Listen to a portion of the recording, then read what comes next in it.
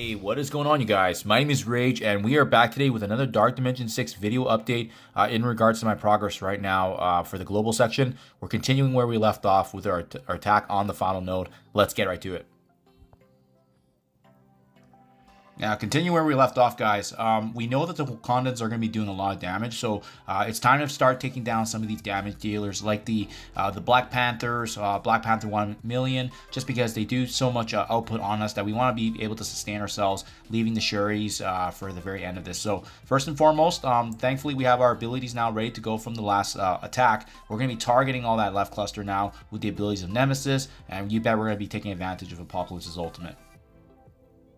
Using some sort of ability control or a stun to slow down those Black Panthers is a really good idea too. So that way we're able to bide our time and get our energy and turns to use the ability there. So Apocalypse gets his turn off there, and now we're just waiting for the debuffs to kick in. But like I said, we're going to be aiming for the damage dealers first in this wave.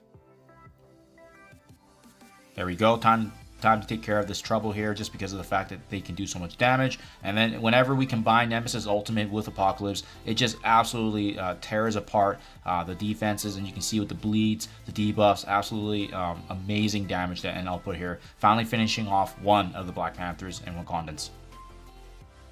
Be mindful of the fact that at 30 out of 43 enemies, a Hela does spawn with a Greg, so something to be aware of. If we don't take care of her later, there is going to be some synergies with Zombie Iron Man, so just something to consider.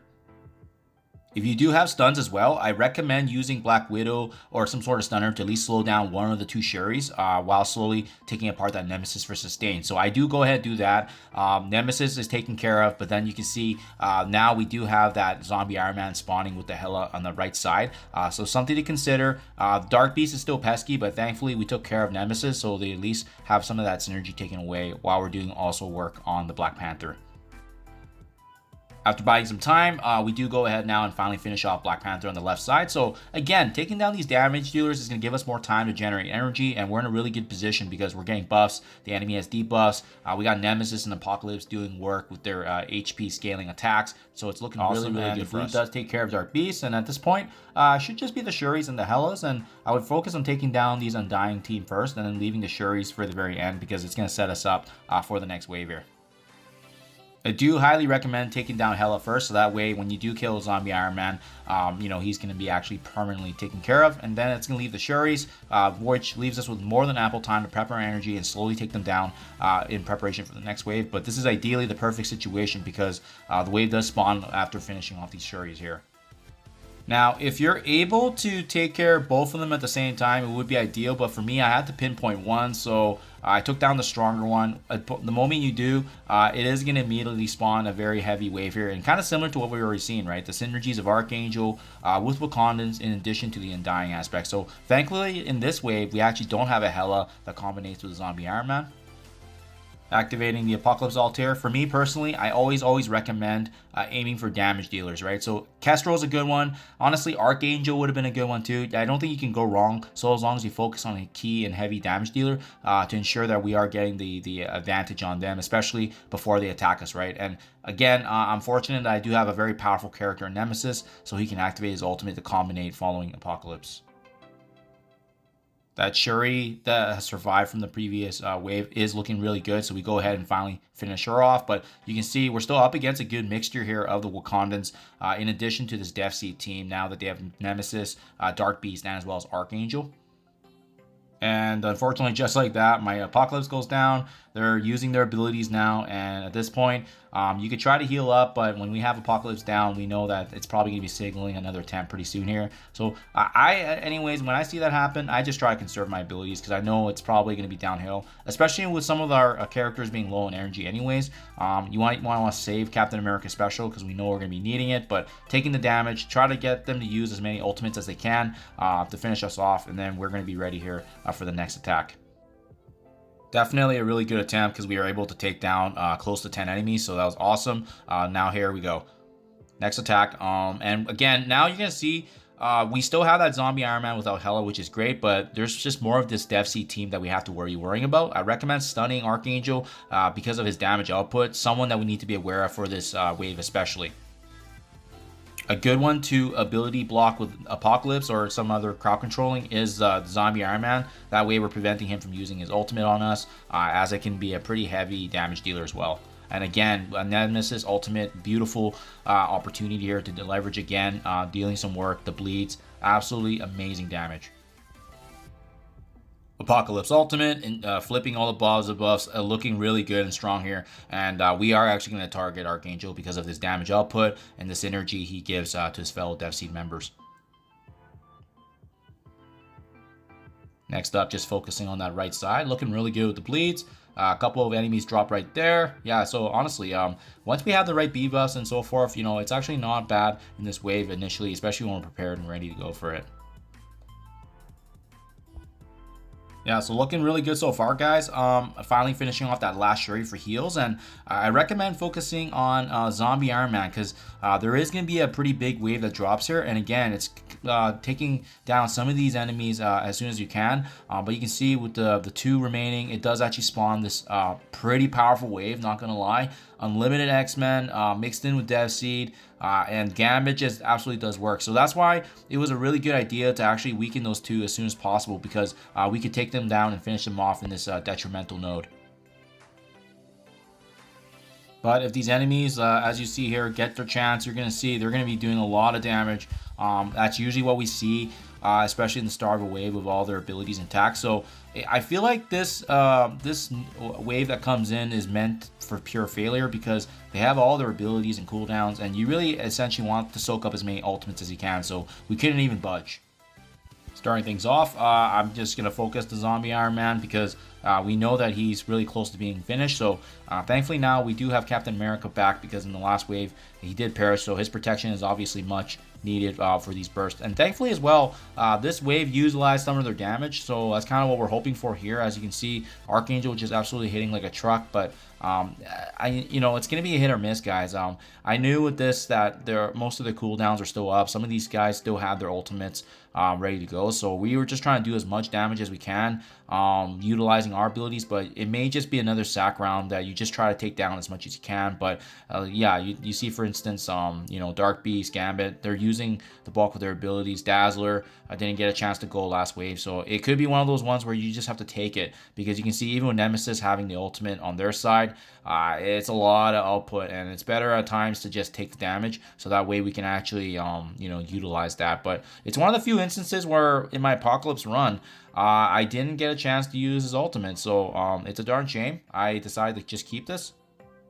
Yeah, this is definitely one of the more grindy stages of this node. I mean, it was very smooth at the beginning, but my goodness, we are basically just at the whim of these enemies, especially with Archangel being able to, you know, have that big speed advantage and damage on us. And it's hard because Gambit also has the pings too, right? So yeah, I don't know, hopefully you guys have a good team to synergize. But I mean, it just felt like there was a standstill here, that I was just trying to make some meaningful progress. And Apocalypse, I can see the importance of Apocalypse for global, because if you don't have him here, you could be going around in a circle and non-stop making attacks here, because you can see we're not really getting anywhere. The only way we're going to be doing some scale damage is the combination of Nemesis and Apocalypse, and that's thanks to the fact that their abilities do scale with HP, especially given how massive their HP pools are in Dark Dimensions.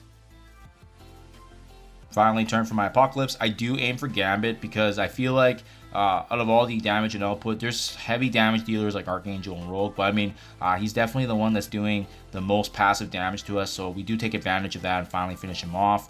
Fortunately, my Captain America did fall though. And boom, just like that. This is why I brought in Carter. I do have that opportunity here to bring him back. But again, you're going to see just the work that Archangel does, and the amount of damage. Like I said, there's a lot of Dev Seed members on here. Maybe I should have opted for Archangel first, but the passive attacks we were able to get rid of from Gambit. So I was pretty happy about that. So I feel like this is just going to be one of those waves and stages in the node where it's a continual grind. Even if you have a good team for Dark Dimension 6, it's just a very devastating group of enemies that we're up against.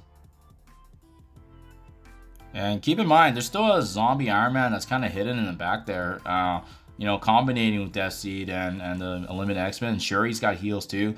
It just hits so hard, guys. So at this point, I am in conservative mode and just trying to use Apocalypse's ultimate each attack each day and try to do as much as I can. So I expected this because I've heard from other folks that notes 2 and 3 for global is just really, really brutal. So at this point, I'm just waiting for Apocalypse to go so he can use his ult. But you can see kind of where the pain point is and the importance of having Apocalypse on this team. Otherwise, it is definitely going to be a slugfest. So thankfully, was able to get the attack off right away after him ulting. And Archangel is looking really beautiful now for the finish. So I do target him. And although our guys fell fast in this attempt, we were able to take down another key damage dealer in Archangel. So that was absolutely huge. On to the next node. My Captain America did fall, unfortunately, but I was trying to use my stun here to actually slow down Rogue.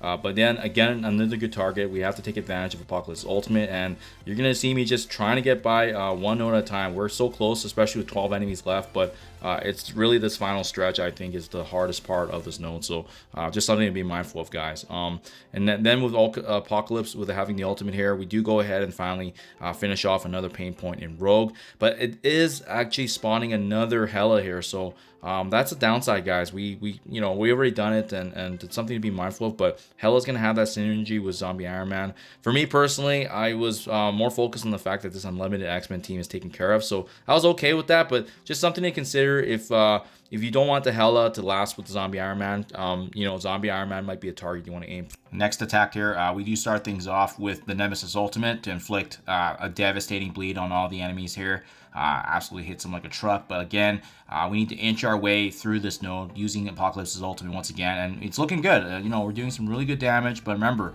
there's a lot of Death Seed members here. They still have some good sustain and healing with Nemesis. Kestrel's a strong addition, and now we do have to deal with Hela as well as Zombie Iron Man. So we do actually opt to go ahead for Hela, so that way we can take care of Zombie Iron Man without him coming back. This was a good node attempt. Some meaningful progress, actually being able to take down 2 enemies, so that was a big win for us. But again, their abilities came back for their Nemesis, and he was able to heal up. But we can still focus on some of the weaker enemies, and that's exactly what we do. Just trying to take down as many as you can. Right, 10 left in this node, and we know we're slowly making progress. But yeah, now that Hela's gone, Greg won't have a chance to come back. And what actually happened after that was another Gambit actually spawning. So I was not happy to see that. There's just a lot of hidden enemies behind the waves, right? So just something to be mindful, guys, of. I'm glad we took care of the previous Gambit and Rogue, but now there's another Gambit, and again, he's gonna have his ability, so something to be mindful of in the final attacks here in this wave. Similar to my last attempt here, starting the party with a huge, devastating ability. Thank God for my Nemesis ultimate, man, because like just the amount of damage he can do to all the enemies, and it hits them really hard because of the scaling. And then combined with Apocalypse, it's allowed me to really inchworm my way through this, even with not having a lot of damage dealers. And I'll definitely be making sure I make a review video on how I could have done this differently. But for sure, I love this team. It's just the damage is unfortunately lacking, and there's an extra reliance on the damage dealers like Nemesis and Apocalypse. And keep in mind, my baby Apocalypse isn't doing as much damage, obviously, as the fully upgraded one. So that's something to consider as well. But finally, we get the Apocalypse ultimate, and we are going to go ahead and aim for the Gambit that's been pesky with the passive attacks. Good stuff. Dark Beast was taken care of, but again, we also have this Kestrel we have to deal with later on eventually. But first and foremost, these weaker enemies gotta go. And again, just that beautiful mid-cluster all being grouped together. A Nemesis cleaning up and doing really good work. Boom, finally this chance to finish off the last and final Zombie Iron Man. And looking really, really good.